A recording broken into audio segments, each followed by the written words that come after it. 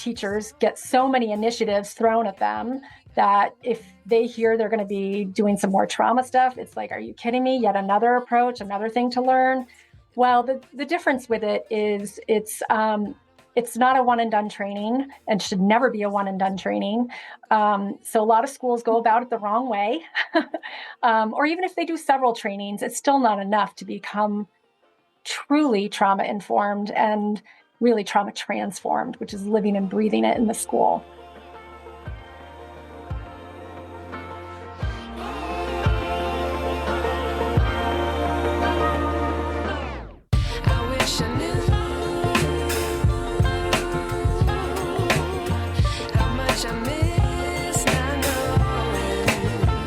Don't forget, this is part 2 of a 2-part episode. If you missed part 1, go to taught.buzzsprout.com. So, we've talked a lot about trauma on this podcast, specifically in the area of education in prior episodes. And your current trajectory has you working towards transitioning systems to a trauma-informed approach. Can you break down for us what this means for any system to be using a trauma-informed approach or trauma-informed practices? Sure. It's a really big answer because there are lots of pieces to it.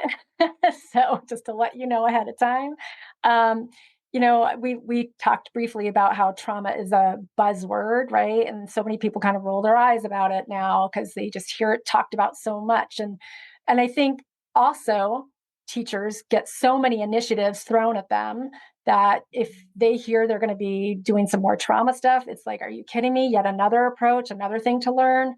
Well, the difference with it is it's not a one and done training and should never be a one and done training.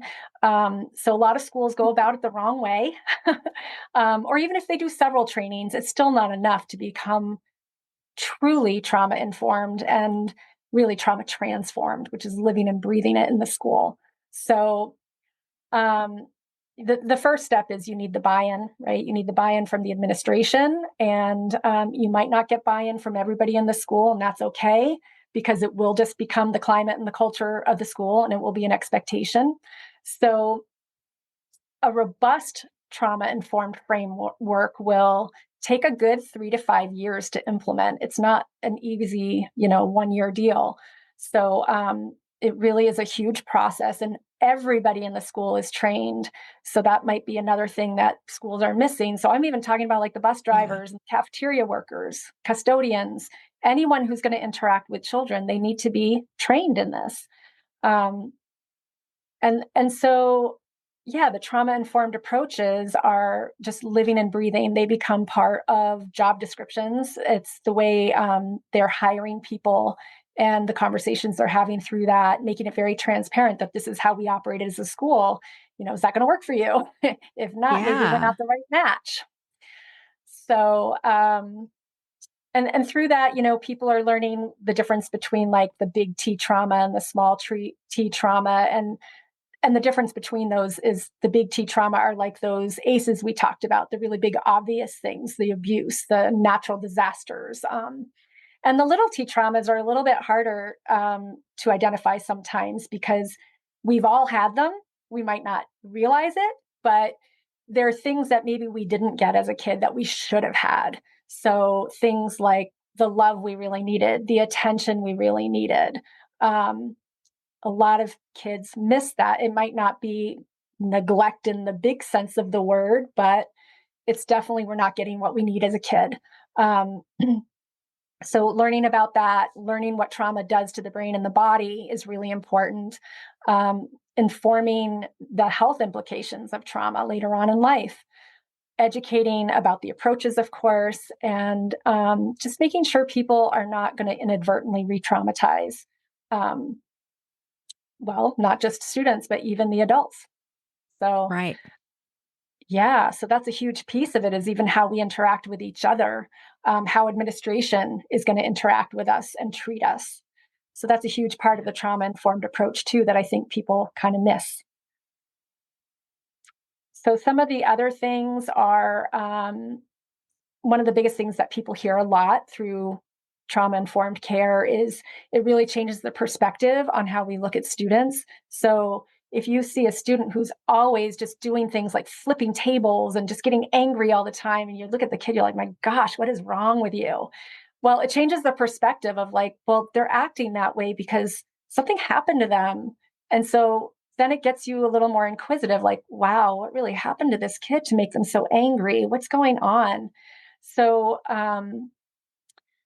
Yeah, one of the things, actually, one of the things that makes me think of is the first one, what is wrong with you, implies that there's something wrong to be fixed. And the second Mhm. one, what happened to you, is an empathetic approach to understanding where that kid's coming from. Boy, that's a huge shift. Thank you. Huge Thank you. shift, right? Huge shift on Yeah. how we treat students. Absolutely. And I think it'll change it from being really punitive to more empathetic and really Yeah. trying to work with them on things, and helping them calm down. So another big part of being a trauma-informed school is, if you think about like a house of cards and how you need that foundation really, really strong, as you build up so it doesn't all collapse. Well, you need your teachers really strong and the support staff because they are the foundation of the school. And like we've talked about, if they're not, you're going to have burnout. People are going to leave, or people are just miserable and not doing their jobs well. Um, and people are stressed out. So we have to make sure we're supporting our teachers. So that's where the administration needs to come into. So they're treating their teachers and all school employees in a trauma-informed way as well. It's not just about the students. So we just want to make sure that the educators are not feeling unsafe at school. They're not feeling like there's emotional abuse or they're experiencing racism or sexism or ableism, that those kinds of remarks aren't tolerated, or even having unattainable expectations, as we've been talking about. Because if that happens, the schools will crumble. And they That's are, right. they are crumbling. So, Yeah, they are. yeah.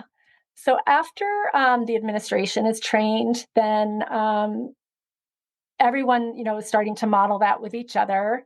And then the teachers are trained, and the ownership is really on the administration. So they need to be the ones who are really fostering this climate and culture of the school.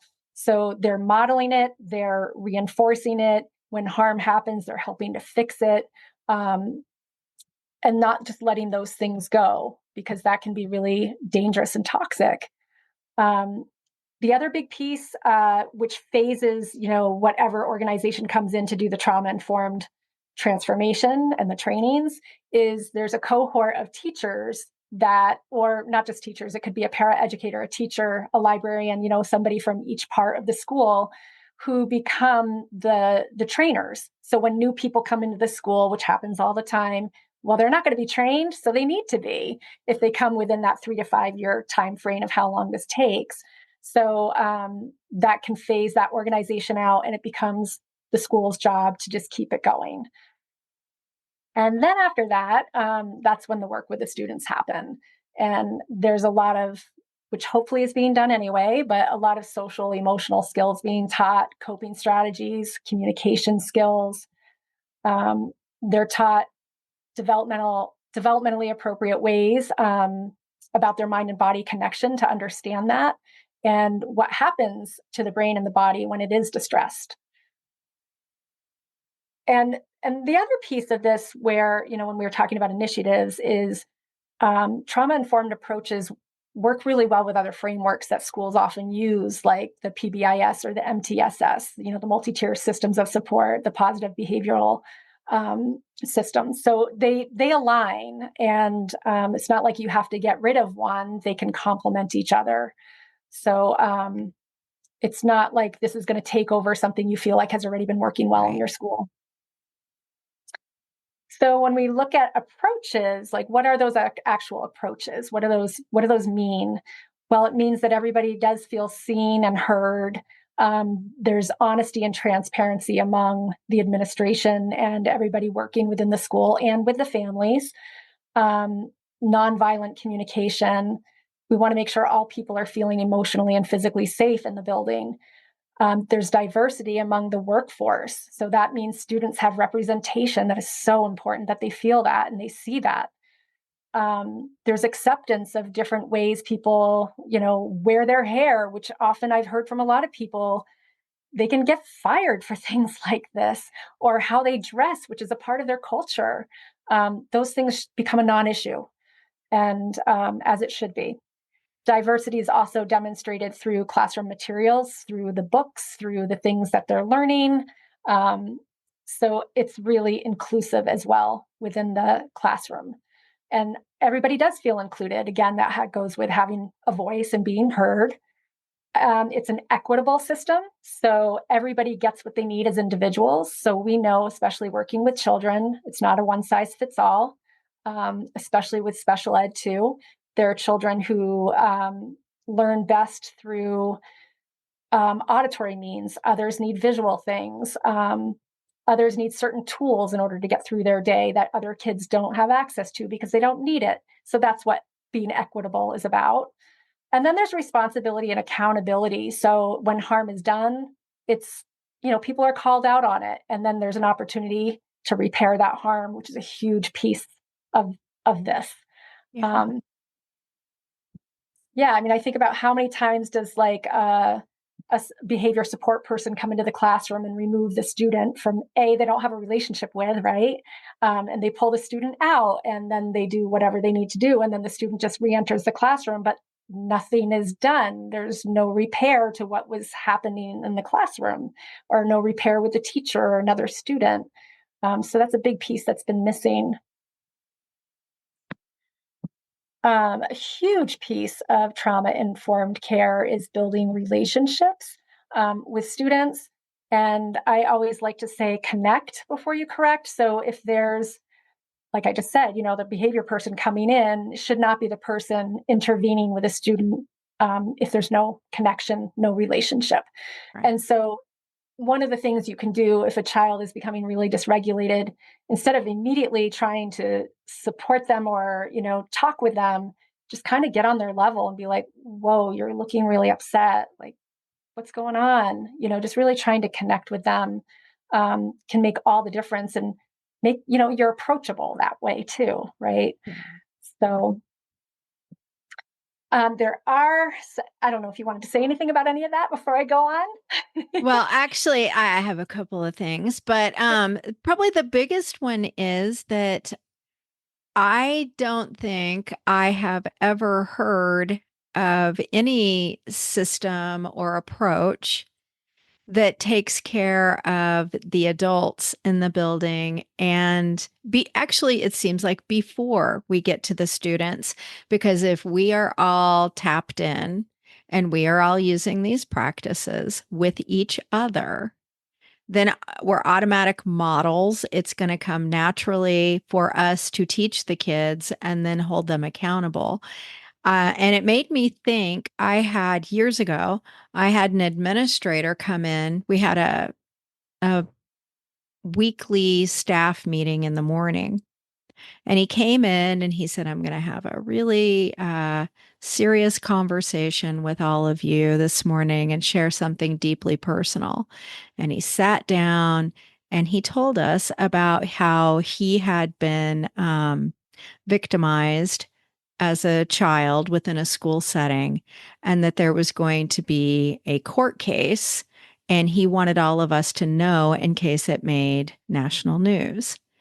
And I remember as he was sitting there telling us this in a staff meeting that we don't know how many people sitting there perhaps had experienced similar traumas themselves. And all of a sudden were put in that situation. And I'm just thinking how helpful this sort of training would have been to everyone involved, because the administrator would have known perhaps a different way to get his message across in a way that wasn't so shocking to some of the staff members. They kind of felt like they were blindsided and put into a space they didn't want to be in. But also, the people there would have known how to handle the situation in terms of maybe saying, okay, maybe we don't talk about this right now. We could advocate for each other. And that is just such in our current day and age, that advocacy and connection with one another so that we are helping elevate each other instead of re-traumatizing each other. And you feel like you have support and safety and security in the environment that you're in. I mean, I can see where that's a huge game changer for any school that's able to implement it successfully. Absolutely. And I think that's another reason why when schools aren't doing it properly and why it doesn't work is because of that missing piece. It's like, okay, so we come in and we teach educators about trauma. We teach them about how to interact with students who are dysregulated. Okay, but you're doing nothing for the adults, nothing. And we're all a part of this system, right? And we all impact each other because we're all working with each other day in and day out. Um, yeah, these things are really important. One thing I did want to mention is that, when people are learning about trauma, it can be triggering. So that's another thing is you want these professionals who are coming in to do the training to understand that and to be able to teach these things in ways that will be very respectful and allowing people like, we might be covering some hard topics. It may generate a memory for you that might be uncomfortable, making sure people feel comfortable. They can leave the room if they want to, if they need a breather. Um, and also just practicing some of that within the training, like, let me Yep. show you some things you can do to help regulate yourself. Because sometimes we don't even know how to regulate ourselves, That's even though right. That's we're right. regulating children, right? Yep. Absolutely. The other thing I wanted to say, which I think is a misconception, is that people worry about this notion of a school being trauma informed. I just want to make clear it doesn't diagnose, it doesn't pathologize. That's not what it's about, and it doesn't treat. It also doesn't treat these things because we're not professionals to treat the trauma wounds. We're there to make sure we're not making it worse. We're there to support them and make them feel safe. Um, so I just wanted to make that distinction. That's for the therapist to do. I'm really glad that you did because this is something I'm sure you have heard your fellow educators say. I don't want to be the a therapist. I've been put in all of these roles and we usually list a bunch of them. I'm now a nurse. I'm now, a chef. I'm now all of the and therapist is always in there. Yeah. Definitely not a role we want to play, but a fabulous bridge. This is a fabulous bridge where we're not being a therapist, but we are helping bridge that trauma for the student or the family or ourselves until we can get to the professional piece that we need. Right. And I think offering resources is totally a valid thing for schools to be doing for their families and for their employees, right? And that can be part of the employee assistance program. They should have these resources, these trauma informed resources of where to go. Um, And I just want to throw out there, which I do in a lot of my LinkedIn posts, that Psychology Today is actually a great resource, at least here in the States. You just Google in your zip code and you say what kinds of things, keywords of what you want in a therapist. Like it could be trauma, could be sexual Mhm. abuse, it could be PTSD, could be men's issues, whatever. You put it in and it will give you therapists who work on those specific things. And it will tell you what their credentials are. It'll tell you what they have for availability and if they take insurance or not. Um, it's an amazing resource. So I just wanted to throw that out there if people are looking for a We'll therapist. we'll put the link in the show notes. Perfect. Perfect. So, also thinking about trauma informed systems change, there are some frameworks out there. One of the really popular ones that seems to be taking off in a lot of schools is restorative practices. And whenever we talk about this, we always have to say that those are rooted in indigenous cultures around the world because you need to give credit where it's due, right? That's right. Because that's where it comes from.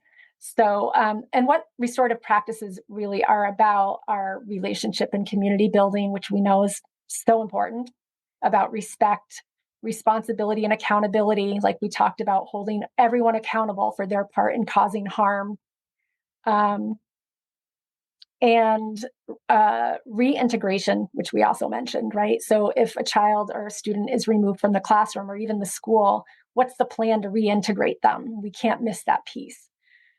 And so there are a lot of, in restorative practices, they do circles where they literally sit in a circle. And what the goal that's also community building, but it also gets students, and it's for adults too. It gets them to understand different perspectives because everybody has a voice. Everybody gets to share what they're feeling about whatever the topic is. It builds healthy communication skills because you learn how to take turns, how to actively listen. It addresses conflict, and it does that through open dialogue and active listening, and absolutely respects confidentiality. That's one of the rules, is that nothing leaves this circle outside of this room. It stays here. And so what a circle looks like is there's always a facilitator, which would most likely be an adult in the room for the students anyway. People sit in a circle. There's a check-in where everyone kind of checks in if they want to. And then there's an open sharing about the topic. And that's the opportunity where everybody has a voice. And there's actually a talking piece or stick or whatever you want it to be. And maybe different students can come up with one each week or whatever. They can come up, be part of that process.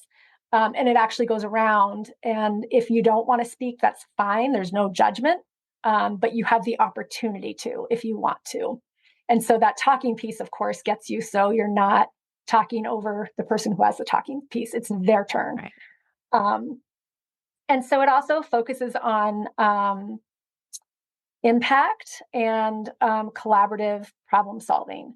And then there's a closure. So an example of that would be if, I actually saw it in action in a little elementary school. It was a really kind of cute thing. It became a school-wide circle. So you can have circles in the classroom if it applies to the classroom only.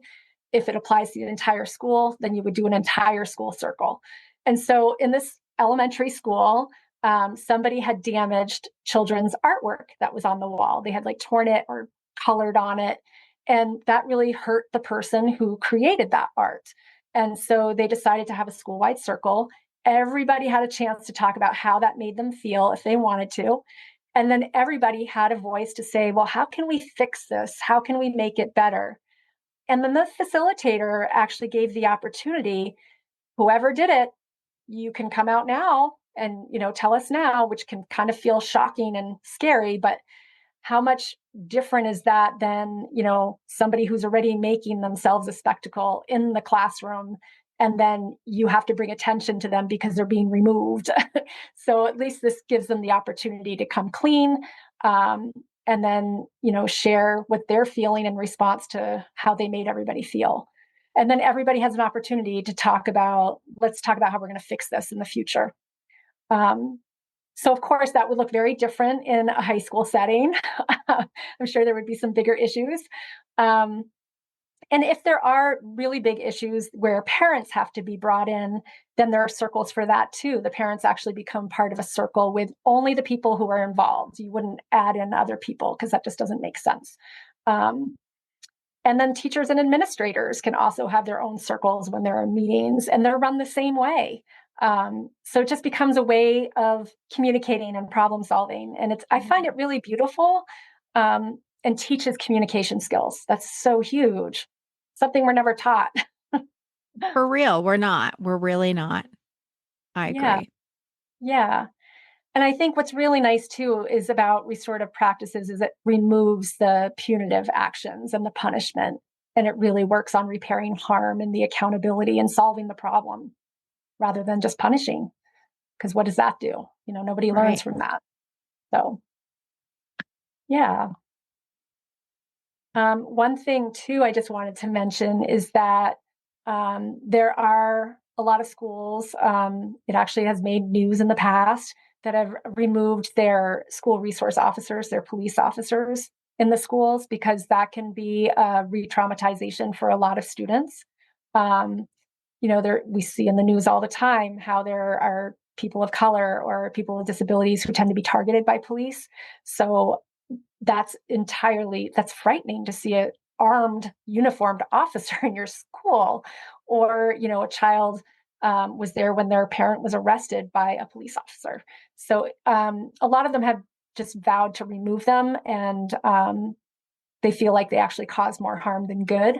And we have seen in the news too in the past how they actually, the school resource officers, have been the ones to instigate situations or make it worse instead of de-escalate it. And then they end up really harming a student, sometimes very physically.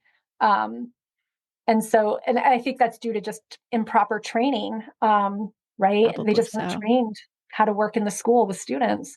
So um, I think a huge goal of restorative practices and trauma informed practices is it's going to help reduce the school to prison pipeline, which is very important. So there will be less, we will see less expulsions, less suspensions, less escalation of behaviors. Um, so it's something that's just a really important piece for students and for the teachers. Yeah, I'm thinking about how, in order for a group of students to decide, because I mean, our resource officers tend to be in pretty rowdy schools where people aren't feeling safe.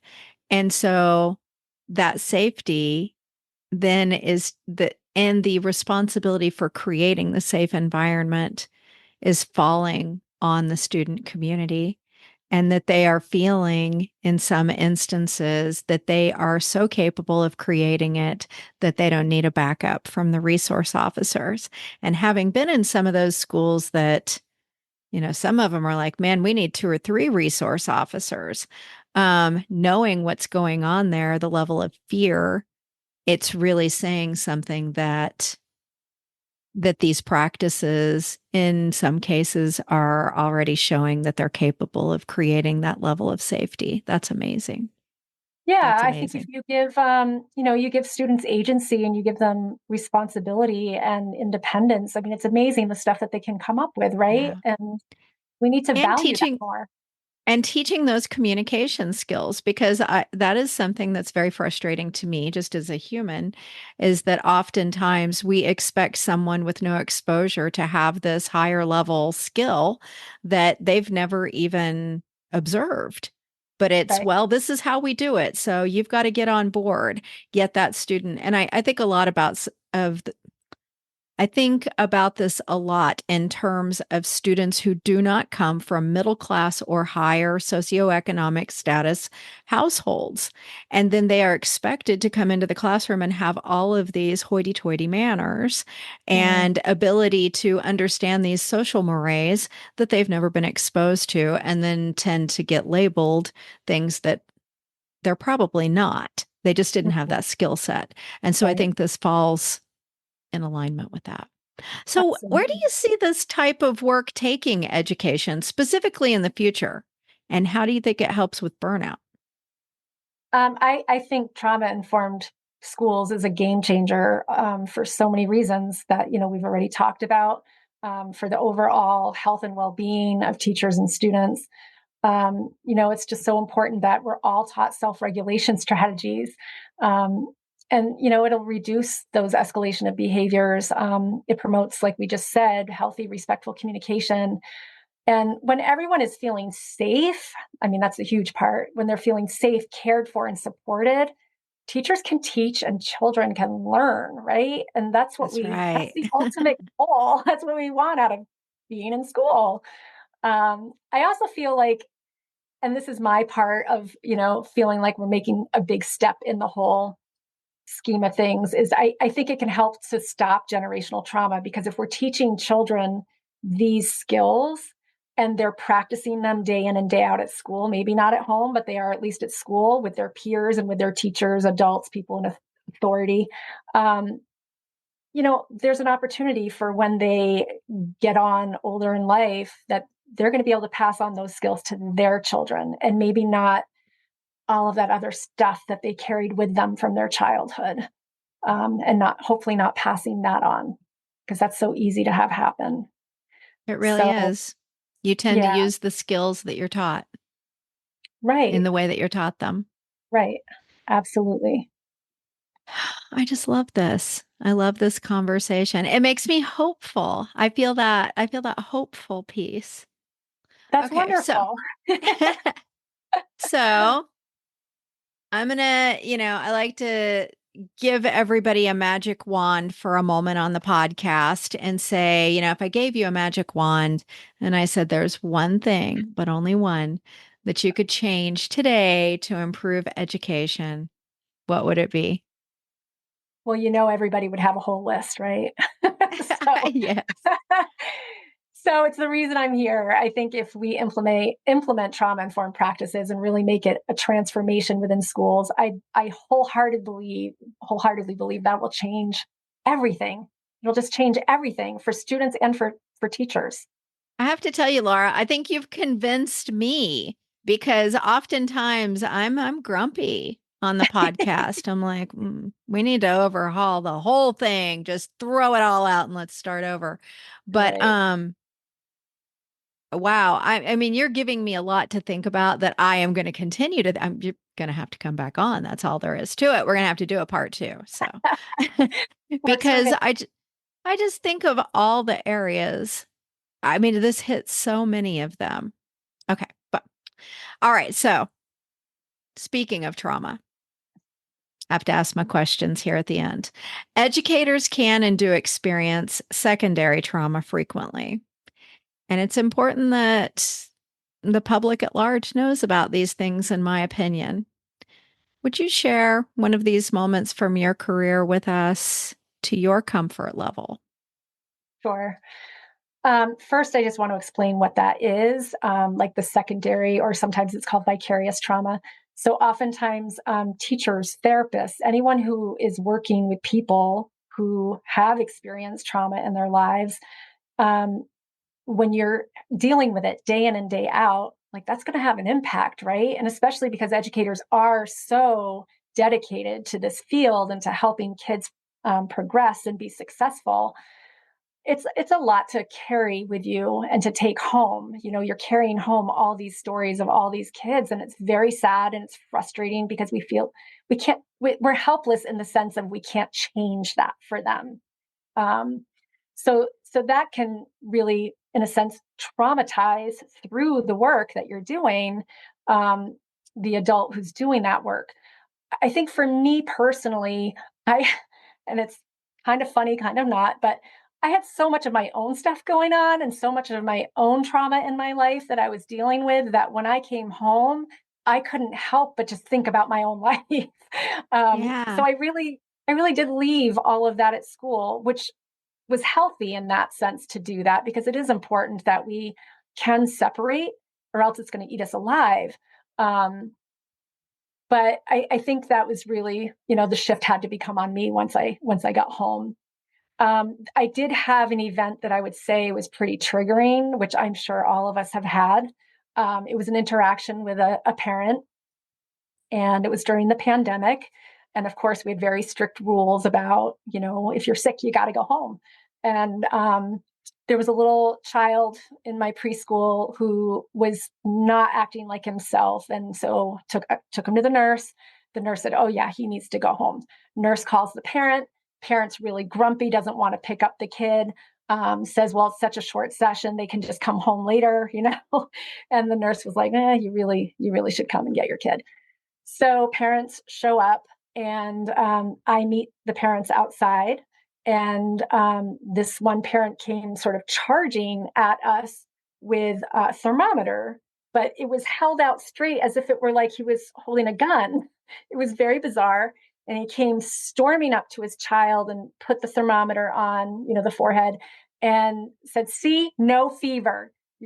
This kid can stay." And I was like, "Well, we never said there was a fever, first of all, but there are other symptoms, and your kid's just not acting like themselves and clearly isn't feeling well." Well, I got berated up and down. I was yelled at, I was sworn at, I was called names. And before the name calling started, I just kind of interrupted him. I was like, "You seem like you're really mad right now," kind of doing my connect before I correct. um, Not really, but and he just went off. And as soon as the swearing and name calling started, I walked away because that's like, there's no sense in engaging in that. And I'm not going to be beat up by a parent. So I immediately walked into the school and I started looking for the principal. Couldn't find him at first. I went to the we do have an SRO, by the way, a school resource officer, went to him. All he really did was, I just said, there's a very angry parent in the parking lot I think you should know about. And he just, looked him up. He's like, yeah, he's had issues with this at other places too. And I was like, okay, that's not helpful. But Great. and then when I finally did connect with the principal, the response was, he was just letting off some steam. Everybody's upset with COVID and everything. And I was like, that's not the sense I got from this parent. I sense that this is an angry parent. And, if you really look at this power differential, which I think a lot of men do not understand between a man and a woman, right? I was outside. There was nobody else around. It was very scary. And for me, it was triggering because I've been treated that way before and by a man. And so it really gave me this internal response of panic and heart racing. And so I just went into my office just shaking and I just cried and just to, try to get this experience out of my system because Sure. nobody was supporting me in that moment. So Well, and it I'm just makes me think about everything that we just talked about too. I mean, it wasn't a safe space. right. Not at all. And if you're a trauma informed system, everybody is working together to create that safe space. So that lack of support actually added to Absolutely. it not being and made it more traumatic. Ugh. Absolutely. And that's what we don't want to do with our students. Yeah. I and I wanna let you know, you're not the first person, again, who's talked about this kind of thing where they had and I'm just gonna say intimidation. Intimidation either from another colleague, a student, or a parent, Yeah. and there was this sense of, "Oh, lighten up."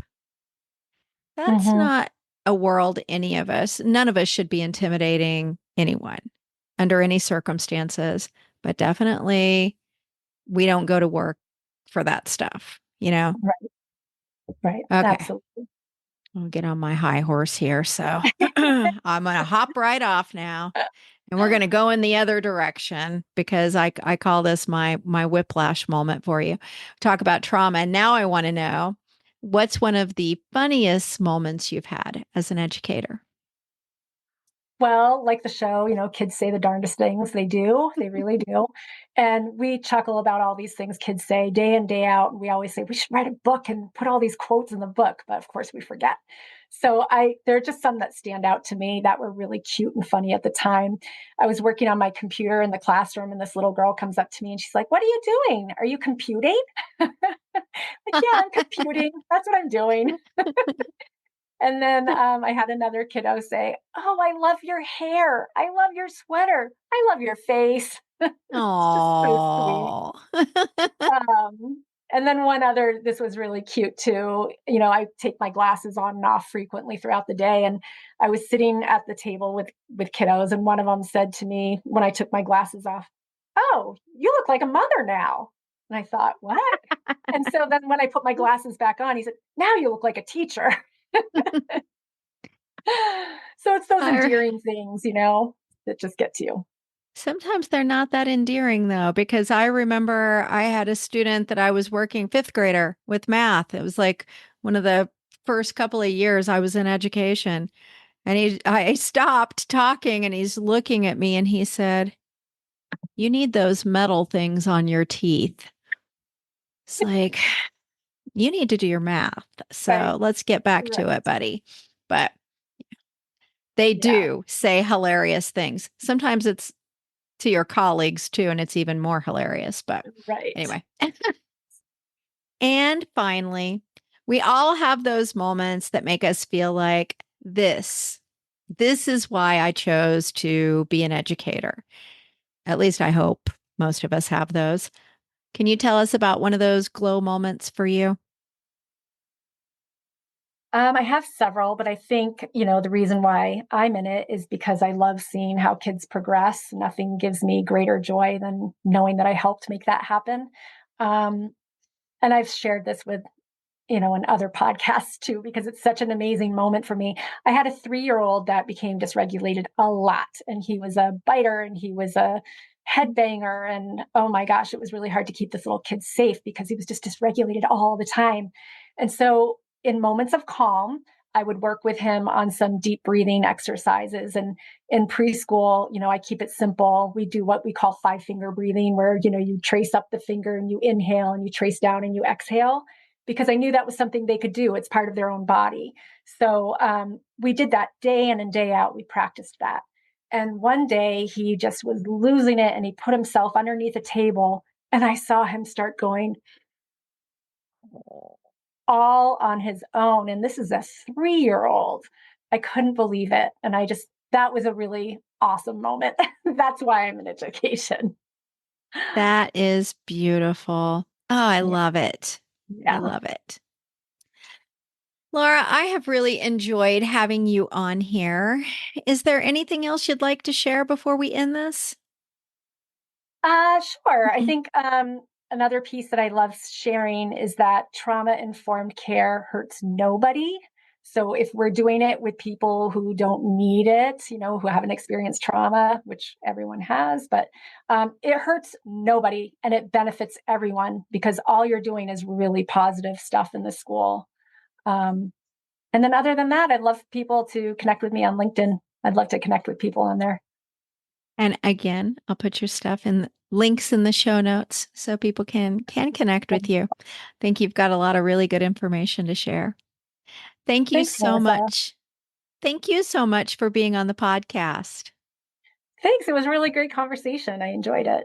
I wish I knew.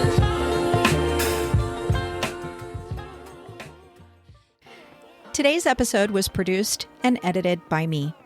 The theme music is by Otis McDonald featuring Joni Inez. If you know someone who might enjoy these conversations, please share the podcast episodes as much and as often as you can. It's as simple as copying the link you use to access today's episode and sending it in a message or sharing it on social media. I'm a small, independent operation, and your shares broaden our audience. Perhaps you or someone you know will be inspired to talk about teacher burnout. If you would like to get your voice on my podcast, contact me via the link on my webpage, taught.buzzsprout.com. Coach, speaker, and author Rashid Ogunlaru said, "It may take many voices for people to hear the same message." Join me in being one of the many voices rising up to get the message out around educator burnout. This is Melissa LaFleur. Thank you for listening to Taught, the podcast.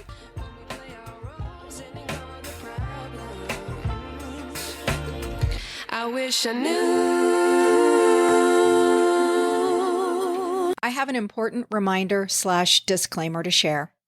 The views, thoughts, and opinions expressed by the hosts and guests on this podcast are their own and do not necessarily reflect the official policy or position of any other agency, organization, employer, or company. Content provided on this podcast is for informational and entertainment purposes only and should not be taken as professional advice. We encourage you to do your own research and consult with qualified professionals before making any decisions based on the information discussed in this or any other episode. Additionally, any opinions or statements made during the podcast are not intended to malign any religion, ethnic group, club, organization, company, or individual. Listener discretion is advised. Thank you for tuning in.